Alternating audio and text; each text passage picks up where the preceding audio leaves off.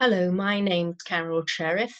I'm a member of the International Association of Facilitators and have been working on facilitation and collaboration for more than 20 years. Today, I continue my conversation with Adam Kahane about collaboration and facilitation and the role we can play in supporting different groups. So, Adam, we've already talked about collaboration and, to a degree, facilitation and the issue of polarities, and that you have to pay attention and manage the two polarities. And I know when you're writing, you talk about the idea that there's more than one whole as being quite fundamental to those polarities. Can you tell us a little bit more about that? Yeah, the more I the more I facilitate and the more I work on trying to write about the essence of facilitation, the more I realize that almost all the challenging things in facilitation relate to trying to do two opposite things at the same time, which is this whole idea of a polarity. A polarity is where you've got two opposite things, but you can't choose one of them. And the great writer on polarities, who I rely on a lot, is Barry Johnson. And the analogy he uses is a great one. It's the polarity between breathing in and breathing out. And nobody gets into debates about whether it's better to breathe in or breathe out. You got to do both, and you do them alternately. So I realized that there's a lot that facilitation is rife with polarities, and I think they all come down to a basic one, which can be expressed in many different ways. But the way I'd express it is that as a facilitator, you're always trying to work with the group as a whole and the individual members of the group. You can't choose one or the other, but people tend to choose one or the other. And what I've noticed is there's two common ways of facilitating. The vertical way, what I call the vertical way, which says, no, we're going to pay attention primarily to the group as a whole. And you know you've got a vertical facilitator because they say things like, let's just all focus on the good of the whole, the harmony of the team and the objective of the team and who's going to make decisions for the team. So that's one pole. And the other pole is the horizontal facilitator, who focuses on the individual members of the group or the subparts of the group, and is concerned above all about making sure that everybody's being included and being treated equally. And the point I'm making, it seems kind of obvious when you say it, is that although most facilitators, I think, favor either the vertical or the horizontal, good facilitation demands that you focus on them both. And like breathing, you don't focus on them both at the same time, but alternately, cycling between the vertical and horizontal. So that, and there's lots of other polarities in facilitation, but I think they're all based on that one.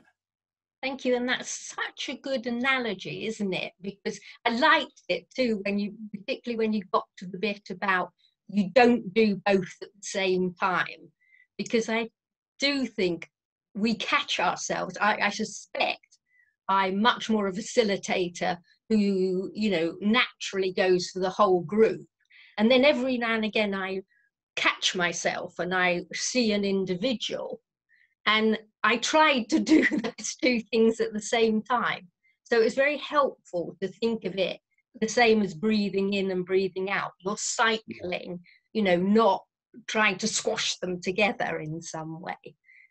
And Yeah, that's the general trick of working with a polarity, is to work with them alternately. And I think after a while it becomes second nature, and the skill, or the skill of facilitations to know or to feel, when do I need to do one or the other? When do I need to direct the group? When do I need to follow along behind the group?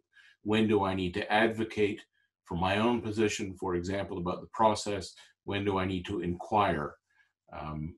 When do I need to stand apart from the group? When do I need to realize I'm a part of the group? So these are all different versions of the same polarity. When do I need to help the group conclude, come to an answer, put a bow around it?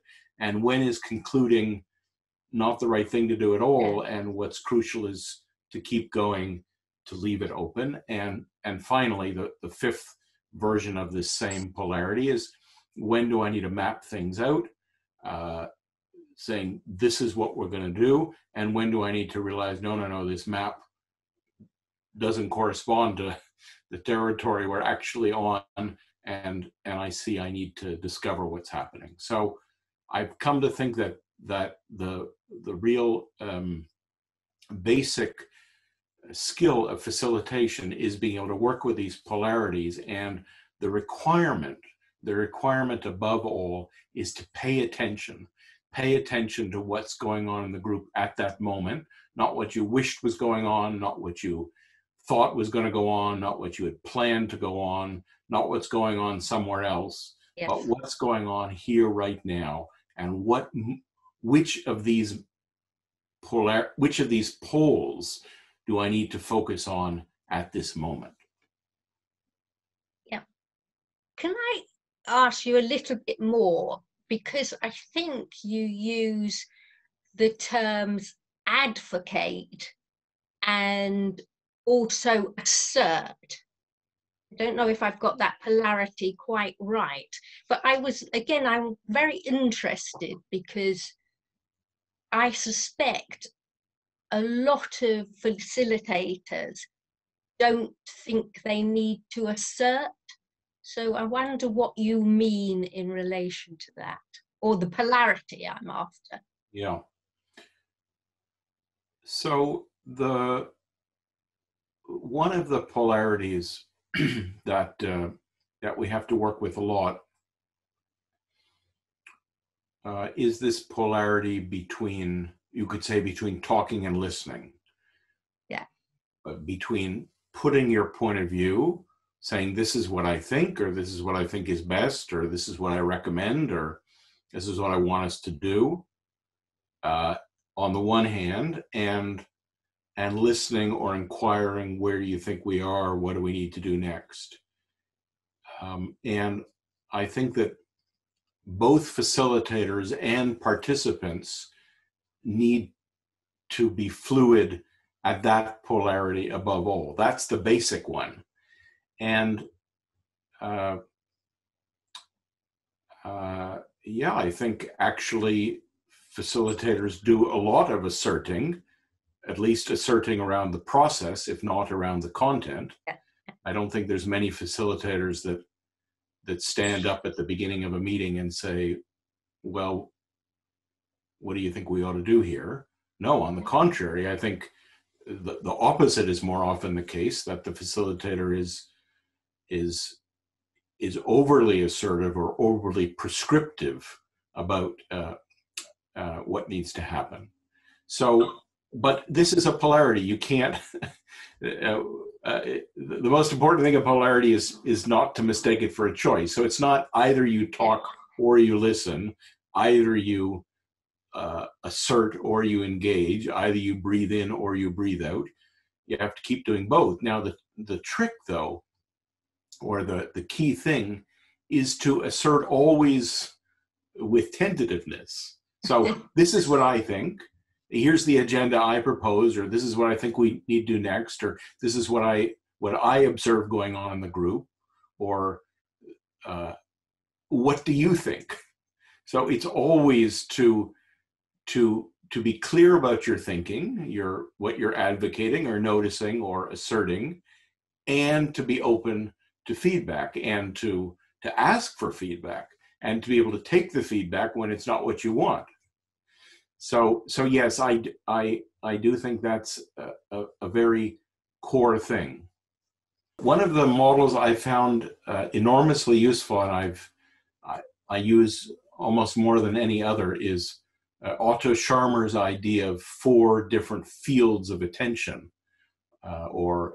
He has many different versions of this model, but in particular, this basic version, which is 4 different ways of talking and listening. And so the first way of talking and listening is downloading, where I say what I always say because I think that's the only thing that can be said, or the only thing it's safe to say. And the signal of downloading is when somebody says, when I say, the truth is.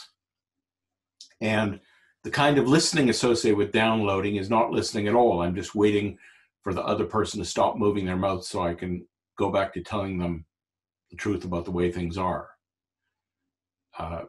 The second kind of talking and listening is debating, where I say what I really think and you say what I really think, and one of us is right and the other of us is wrong, like in a courtroom. And debating's an upgrade on downloading, because I say my opinion is, or what I think is, so I'm aware that it's just my thought about the matter, and I'm aware that there may be more than one way to think about it, but it's not a creative state, because there was one pre-existing idea and another pre-existing idea, and one of us right, one of us is wrong. Things start to get interesting in the third mode, which he calls dialoguing, where I'm interested not just in what your idea is, but where it's coming from. And I'm sharing with you not just what I think about things, but where that comes from. And that's when a group of participants, or a facilitator in a group, or a group of facilitators can start to generate something new. The fourth kind of talking and listening is what he calls presencing. It's his book, Presence, where it's about the kind of talking and listening where you're trying to grasp what's going on in the group or the system as a whole, which may not be specifically about one person's thoughts or another person's thoughts. So yes, the reason this is so crucial is because this tendency, especially in conflict, to retreat to downloading and say, the truth is, let me just, you don't seem to be listening, let me tell you again. This is really not productive. And so the opening up to listening, to seeing, is there another way to look at this, to understanding why does this person keep saying this? This person who I experience as being difficult, there's some reason why they keep making this point.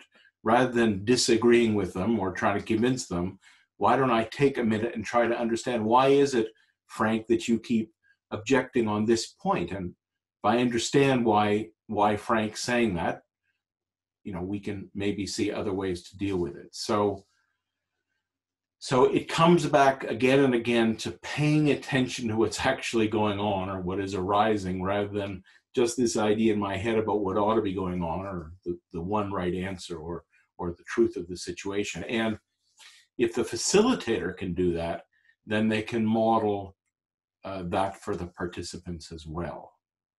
And that's how I think a facilitator can show a different way of working, and a different way of talking and listening and being, and a different way of collaborating. Yes, I think the facilitator can play a useful modeling role in this regard, and in others. But specifically, to move out of downloading, there's a very particular action that's required,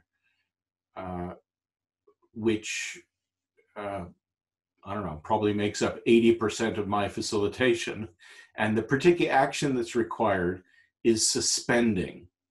It's when I take my idea and I suspend it as if on a string in front of me. And the act of suspending is saying, this is my idea. It's not the truth. It's not me. And we can talk about it. You can attack it. You can contradict it. And it's not attacking me. And then maybe by the end of the conversation, I'll still think the same thing, but maybe I'll have seen it in a different way. So what I've realized is that a lot of the techniques of facilitation are suspending ideas. Yes. When we write things on Post-its and put them on the flip chart and move them around, we're saying, well, this is our different ideas about this thing we're talking about, and we're not attached to them. You're just on a little piece of paper. They can be rewritten, they can be tossed out, they can be moved next to yours or away from yours.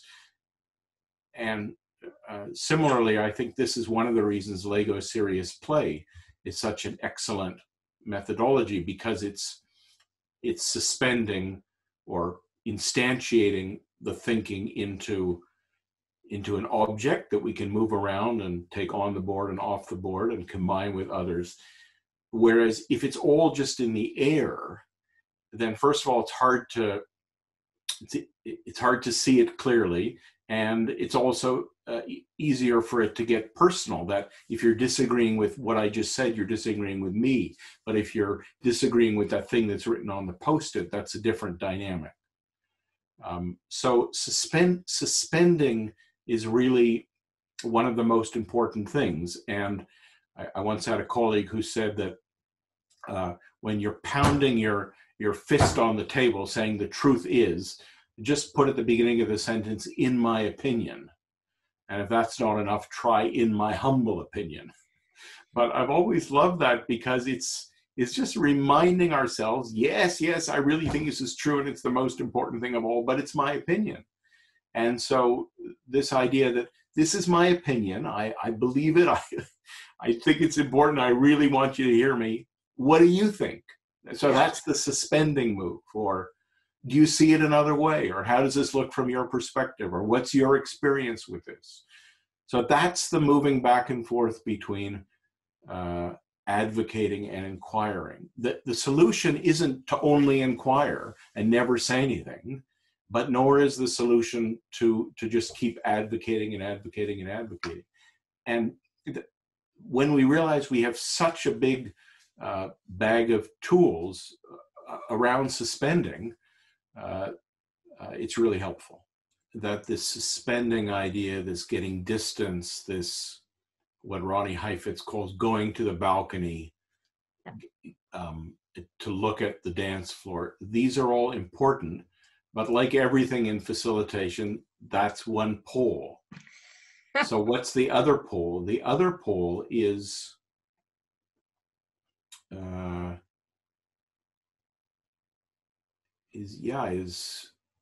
speaking personally and sharing your experience as part of this situation. So it's saying, yes, I understand that you're looking at it that way, but this really doesn't fit with my experience and what's important to me and where I'm coming from. And I think that's equally important. That's the other pole.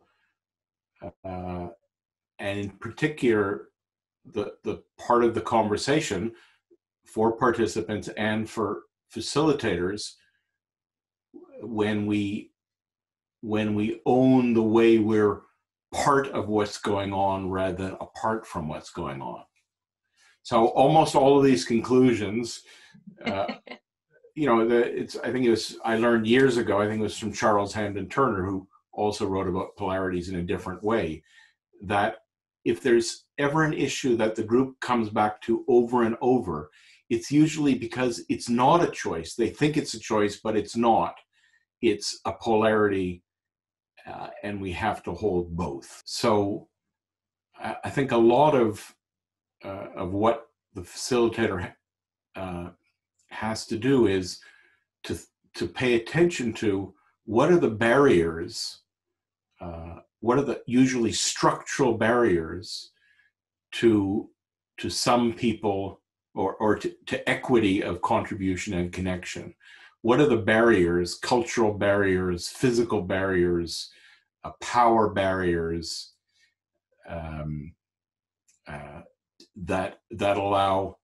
that make it harder for some people to contribute, for some people to connect, and give some people the privileged position of being able to make all the contribution they want and all the connection they want, even if others don't have it.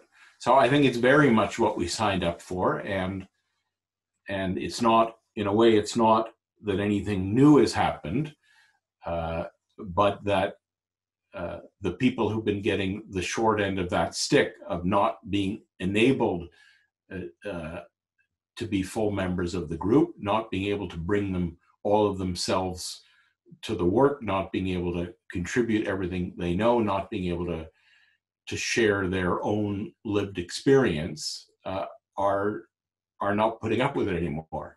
Yeah. Yeah. Whether that's women or racial minorities or junior employees or disabled employees, not putting up with it anymore. So I think that equity is a big issue in facilitation. Thank you so much, Adam, for being with us today. It's been really, really interesting. And also thank you to all of those watching and listening. I hope you've enjoyed our conversation. I also hope you're inspired, and I'm sure you have your own views on Adam and my conversation.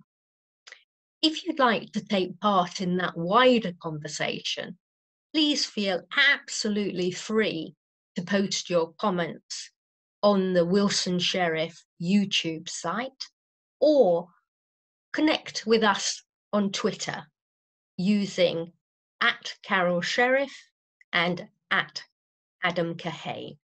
I really look forward to hearing from you.